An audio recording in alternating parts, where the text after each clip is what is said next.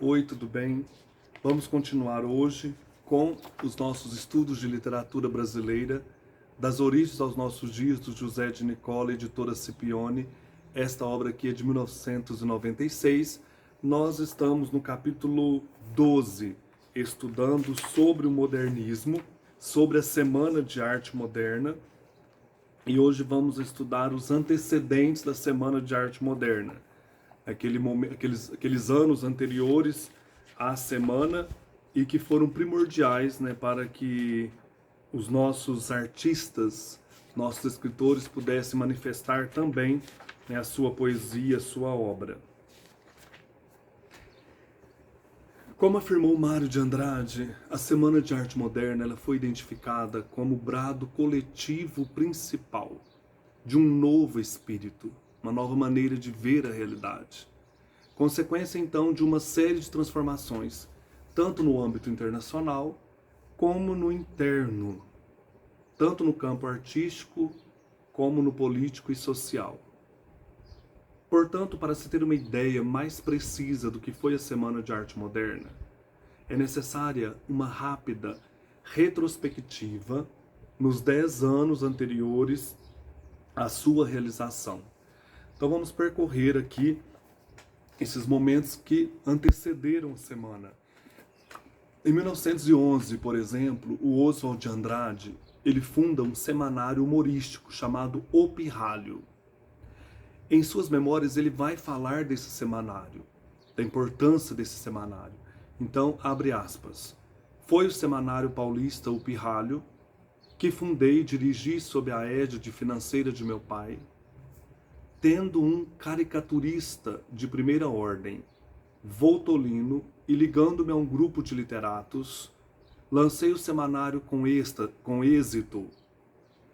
Eu iniciara em dialeto ítalo-paulista as cartas da Baixo Piques, que encontraram um sucessor em João Bananeri. Parecia ele um moço tímido e quase burro, mas seu êxito foi enorme. Fecha aspas. O Pirralho circulou até 1917, quando contava entre os seus colaboradores com um excelente desenhista como Di Cavalcanti. Aqui nós temos uma charge do Di Cavalcanti para o Pirralho. A charge é o trocadilho no amor. Vamos, não seja burguesa, saia das normas. Não posso, sou normalista. Aqui. Então esse Pirralho foi um dos primeiros acontecimentos aí importantes na arte, né, e fundado aí por Oswald de Andrade. 1912, o Oswald de Andrade retorna de uma viagem feita à Europa e trazendo em sua bagagem as ideias do futurismo de Marinetti. Impressionado, ele escreve um poema em versos livres intitulado Último Passeio de um Tuberculoso pela Cidade de Bonde. Então isso causou um escândalo. O escárnio com que essa obra é recebida fez com que o Oswald de Andrade jogasse-a no lixo. Então nós temos esses dois momentos aí, 1911, o Pirralho, do Oswald de Andrade, 1912, o Oswald de Andrade trazendo as ideias futuristas da Europa, publicando esse poema, O Último Passeio de um Tuberculoso pela Cidade de Bonde, causa um escândalo. E depois, em 1913, nós temos a figura do Lazar Segal, realizando a sua primeira mostra no Brasil, apresentando telas marcadamente expressionistas. Apesar de trazer para o Brasil um dos principais movimentos de vanguarda europeia, Lazar Segal não alcançou grande repercussão nos meios artísticos, mas é um grande pintor deste período também. Aqui nós temos um quadro, mas está bem escuro, Rua das Erradias, do Lazar Segal. Em 1914, nós temos uma primeira exposição da Anita Malfatti, ainda não é aquela polêmica de 1917, mas ela já começa a mostrar os seus trabalhos em público. Em 1915, nós temos o marco inicial do modernismo em Portugal, com a fundação da revista Orfeu, né, da qual participa aí o Fernando Pessoa. Então as ideias modernistas desses escritores portugueses também influenciam aqui no Brasil. Eu trouxe essa obra aqui completa do Fernando Pessoa, para a gente pensar, né, nesse grande escritor português, esse poeta, que influencia também os nossos aqui na nossa pátria, né? E essa revista tem uma grande influência aqui. Em 1916, o Oswald de Andrade faz a primeira redação do livro Memórias Sentimentais de João Miramar. Ele começa a escrever esse livro, que eu não tenho aqui, mas é um livro importante nesse período. E 1917 é um ano assim bem cheio de coisas acontecendo e preparando a Semana de Arte Moderna. Nós temos o Oswald de Andrade conhecendo Mário de Andrade. E ele relata o episódio assim, né? O Oswald conta pra gente, abre aspas. Como repórter, vou a uma festa no Conservatório Dramático e Musical. O Dr. Sorriso, que é o Eloy Chaves, secretário da Justiça, faz ali uma conferência de propaganda dos aliados. Quem o saúda é um aluno alto, mulato, de dentuça aberta e de óculos. Chama-se Mário de Andrade. Faz um discurso que me parece assombroso. Corro ao palco para arrancar-lhe das mãos o original, que publicarei no Jornal do Comércio. Um outro repórter, creio que de O Estado, atraca-se comigo para obter as laudas. Bato-o e fico com o discurso. Mário, lisonjeado, torna-se meu amigo. Então nós temos aqui esse momento do encontro inusitado entre o Mário de Andrade e o Oswald. Eu trouxe essa obra aqui, o retrato de Mário, a imagem de Mário, né, para a gente comparar com isso que diz o Oswald, né? Um aluno magro, alto, dentuça, que estava fazendo esse discurso e encanta o Oswald, que toma dele o discurso, e depois um outro repórter também quer o discurso. Então mostrar a influência do Mário de Andrade, a importância, a riqueza, né, da sua palavra, né, do seu texto. Mário de Andrade, nesse ano também de 1917, vai publicar o livro Há uma Gota de Sangue em Cada Poema. E ele publica com o pseudônimo de Mário Sobral. Também um livro muito rico aí nesse contexto. O Menotti del Picchia publica o poema regionalista Juca Mulato. Guilherme de Almeida publica o livro Nós, Poesias de Cores Passadistas. E Manuel Bandeira estreia com o livro A Cinza das Horas, considerado por um crítico como um livro de transição. Eu tenho aqui, olha, essa obra completa do Manuel Bandeira, poesia completa, Estrela da Vida Inteira. E aqui tem esse livro, A Cinza das Horas, que é muito interessante também, aí considerado como um livro de transição. Quero ler um poema que tem aqui bem no começo, olha, Desencanto. Eu faço versos como quem chora, de desalento, de desencanto. Fecha o meu livro se por ora não tens motivo nenhum de pranto. Meu verso é sangue, volúpia ardente, tristeza esparsa, remorso vão. Dói-me nas veias amargo e quente, cai gota a gota do coração. E nestes versos de angústia rouca, assim dos lábios a vida corre, deixando um acre sabor na boca. Eu faço versos como quem morre. Esse poema é de 1912, escrito em Teresópolis. Então esse livro, publicado aqui, A Cinza das Horas, tem uma importância como a questão do verso livre, de uma outra maneira de ver a poesia, né? Cassiano Ricardo publica A Frauta de Pan, ainda preso ao parnasianismo, mas é um livro também importante para a preparação da Semana de Arte Moderna. O Pirralho, o semanário do Oswald de Andrade, publica no dia 12 de maio deste ano de 1917 a primeira versão de Memórias Sentimentais de João Miramar, com ilustrações do Di Cavalcante. Então o livro do Oswald de Andrade chega a público. Di Cavalcante realiza sua exposição de caricaturas em São Paulo. E também neste ano nós temos a famosa e polêmica exposição da Anita Malfatti. É um dos acontecimentos mais importantes no setor cultural. A rumorosa exposição da Anita Malfatti em São Paulo, inaugurada no dia 12 de dezembro, e que apresentava 53 trabalhos, entre eles as telas, O Homem Amarelo, A Estudante Russa e O Japonês. Aqui nesta obra, Anita Malfatti, No Tempo e também no Espaço, No Tempo e no Espaço, da Marta Rossetti Batista, nós temos esses quadros citados aqui. Então, deixa eu mostrar para vocês um desses quadros aí que faziam parte dessa exposição. A Estudante Russa, aqui. Vocês contemplaram. O Homem Amarelo, aqui em cima. Aqui outro Homem Amarelo também. Aqui seria uma primeira versão. Esse.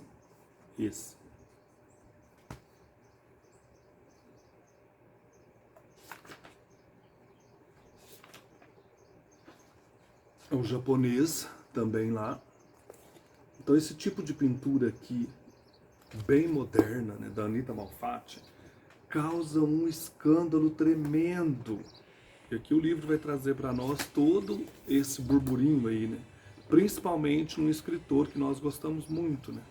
Aqui uma foto da Anita Malfatti. O Monteiro Lobato vai criticar de maneira assim terrível essa exposição. Tudo transcorria normalmente até que o jornal Estado de São Paulo, na edição de 20 de dezembro de 1917, publica um artigo do Monteiro Lobato intitulado Paranoia ou Mistificação, com o subtítulo A propósito da exposição Malfatti. E esse artigo ele será depois incluído no livro Ideias de Jeca Tatu. Vamos observar algumas coisas que o Monteiro Lobato diz nesse artigo, polêmico. Abre aspas. Estas considerações são provocadas pela exposição da senhora Malfatti, onde se notam acentuadíssimas tendências para uma atitude estética forçada, no sentido das extravagâncias de Picasso e companhia. Essa artista possui um talento vigoroso, fora do comum. Poucas vezes, através de uma obra torcida para má direção, se notam tantas e tão preciosas qualidades latentes. Entretanto, seduzida pelas teorias do que ela chama arte moderna, penetrou nos domínios do impressionismo discutibilíssimo e põe todo o seu talento a serviço de uma nova espécie de caricatura. Sejamos sinceros, futurismo, cubismo, impressionismo e tutti quanti não passam de outros tantos ramos da arte caricatural. É a extensão da caricatura e a regiões onde não havia até agora penetrado. Caricatura da cor, caricatura da forma, caricatura que não visa, como a primitiva, ressaltar uma ideia cômica, mas sim desnortear, aparvalhar o espectador. Fecha aspas. Então observamos aqui que Monteiro Lobato chama o expressionismo de impressionismo, é a nota do autor José de Nicola. Então ele critica todas essas tendências, essas vanguardas europeias que influenciavam os artistas, de modo especial a Anita Malfatti, nessa exposição. Foi um escândalo, né? Em defesa da jovem pintora, forma-se um grupo que conta então com Oswald de Andrade, Mário de Andrade, Di Cavalcante, Guilherme de Almeida, Menotti del Picchia, entre outros. Eram jovens artistas de São Paulo, que se reúnem então para defender a Anita Malfatti, com artigos, é uma polêmica, né, no mundo cultural da época. E o próprio Monteiro vai dizer que enquanto ocorria a Semana de Arte Moderna, ele estava jogando, acho que é dama ou xadrez, não sei, bem de boa, não estava nem aí com aquilo, né? 1918, Guilherme de Almeida publica Messidor, que é um livro de poemas também. E o Manuel Bandeira publica Carnaval. Então vocês vejam, né? Tá tudo acontecendo aí no meio de polêmicas, né? Principalmente pela exposição da Anita Malfatti, mas eles não deixam, né, de publicar os seus livros. Livro de poemas do Manuel Bandeira, Carnaval. Eu vou ler aqui o poema Bacanal. Quero beber cantar asneiras no esto brutal das bebedeiras, que tudo emborca e faz em caco, evoé Baco. Lá se me parte a alma levada no torvelim da mascarada, a gargalhar em doudo assomo, evoé Momo. Lacem na toda multicores as serpentinas dos amores, cobras de lívidos venenos, evoé Vênus. Se perguntarem que mais queres, além de versos e mulheres, vinhos, o vinho que é o meu fraco, evoé Baco. O alfange rútilo da lua, por degolar a nuca nua, que me alucina e que eu não domo, evoé Momo. A lira etérea, a grande lira, porque eu estático desfira, em seu louvor versos obscenos, evoé Vênus, 1918. Então nós temos aí toda essa polêmica, né, em torno dos versos do livro Carnaval, trazendo toda essa poética aí de verso livre, toda essa nova maneira de ver a poesia. 1920, o grupo de modernistas descobre no início de janeiro um jovem escultor que estudara em Roma durante alguns anos, Victor Brecheret. Esse mesmo ano, o escultor apresenta sua maquete para o Monumento às Bandeiras. Segundo Mário de Andrade, Brecheret foi o criador do estado de espírito dos modernistas e afirma porque Victor Brecheret, para nós, era no mínimo gênio. Então, em São Paulo, a gente pode ver o Monumento às Bandeiras, aqui uma foto, né? E também no Cemitério da Consolação nós temos, além dos túmulos do Mário e de outros, nós temos várias obras do Victor Brecheret.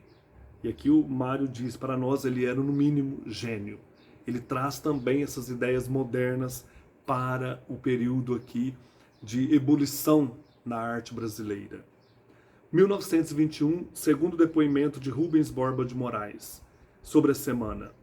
Não há nada de essencial no ano de 1922 e nos seguintes que não fizesse parte da estética e da ideologia do grupo que se formou em 1921. Então nós temos aí toda essa preparação, né, desses jovens artistas para desembocar na semana. E a primeira manifestação desse grupo, o chamado Manifesto do Trianon, aconteceu a 9 de janeiro, quando, durante um banquete no Trianon, em homenagem a Menotti del Picchia, que havia lançado o livro As Máscaras, Oswald de Andrade, falando em nome de meia dúzia de artistas moços de São Paulo, critica os passadistas e defende a arte moderna, na época chamada de futurista, conclamando os jovens artistas para novas lutas. Então esse manifesto no Trianon, que acontece a 9 de janeiro de 1921, ele traz então essas questões à tona, né? Uma nova arte, uma arte do futuro, uma arte moderna para São Paulo e para o Brasil. Ainda nesse mesmo ano, Mário de Andrade, esse ano de 1921, ele escreve os poemas de Pauliceia Desvairada. Aqui eu tenho, já mostrei essa obra, né? De Pauliceia Desvairada, a Lira Paulistana. E nesse livro, o Mário de Andrade também traz a sua estética, né? A sua maneira de ver aí a poesia. Vou pegar um poema aqui para a gente ter uma ideia, né? Aqui nesse livro que nós temos a Ode ao Burguês.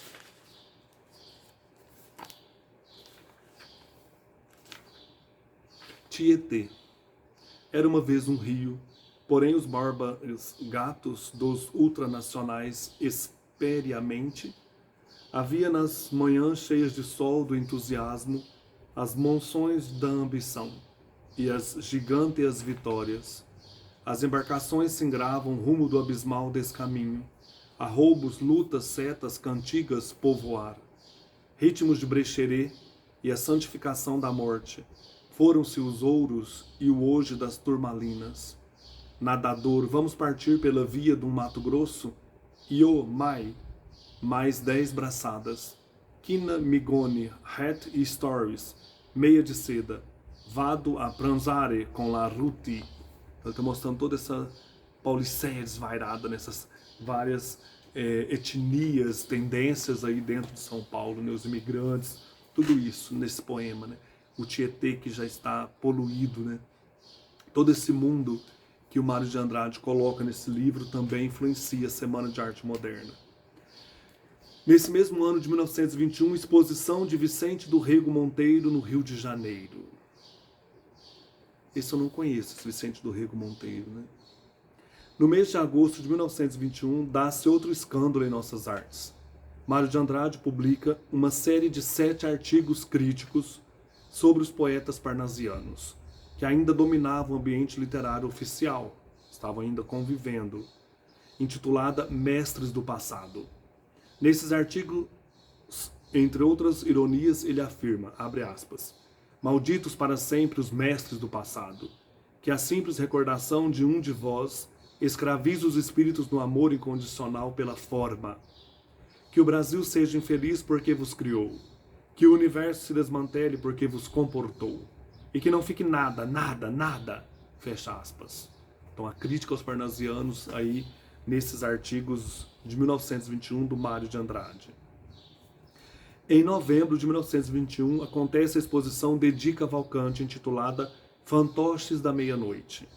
Durante a mostra, o pintor conhece Graça Aranha, que eu já mostrei aqui, fizemos uma aula sobre ele, né? Escreveu Canaã, ele vai estar na abertura da Semana de Arte Moderna, né? O Graça Aranha, que retornava da Europa, então Di Cavalcanti o conhece, e nessa mesma ocasião surge a ideia de se realizar a Semana da Arte Moderna, uma semana em que os escritores, os pintores, os artistas, os escultores exponham suas ideias, os músicos, né, e tragam essa arte futurista, esta arte moderna para a nossa realidade. Então ali surge, nessa exposição do Di Cavalcanti, a ideia de fazer uma semana para expor essas ideias modernas, né?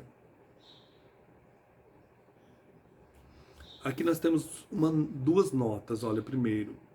Na década de 1910, em O Pirralho, aquele semanário do Oswald de Andrade, surge um novo dialeto, tão bem trabalhado por João Bananeri e mais tarde por Antônio de Alcântara Machado. É o português macarrônico, falado nas ruas de Bexiga, Brás, Moca, Barra Funda e Bom Retiro. Então, o que é esse português macarrônico, né? O português do povão, misturado aí com os dialetos, né? Com as tendências, assim, dos imigrantes, na maneira de falar dessa nova realidade, né? Mais brasileirada, né? Mais brasileiro. Uma outra nota, já se tem debatido e muito quem teria introduzido a arte moderna entre nós, do ponto de vista plástico. Alguns estudiosos dão a primazia a Mário de Andrade, né?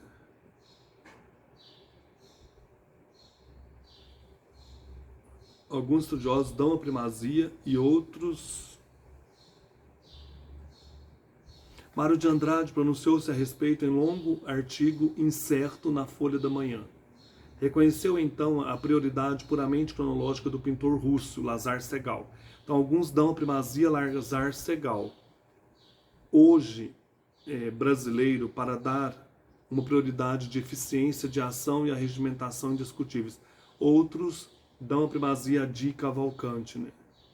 Quem seriam então esses artistas que teriam trazido na plástica, né, na arte plástica, a arte moderna para o Brasil? Ou Lazar Segal ou Di Cavalcanti. Então aqui eles mostrando nessa introdução da pintura nas nossas artes, pintura moderna, né, na nossa arte aqui.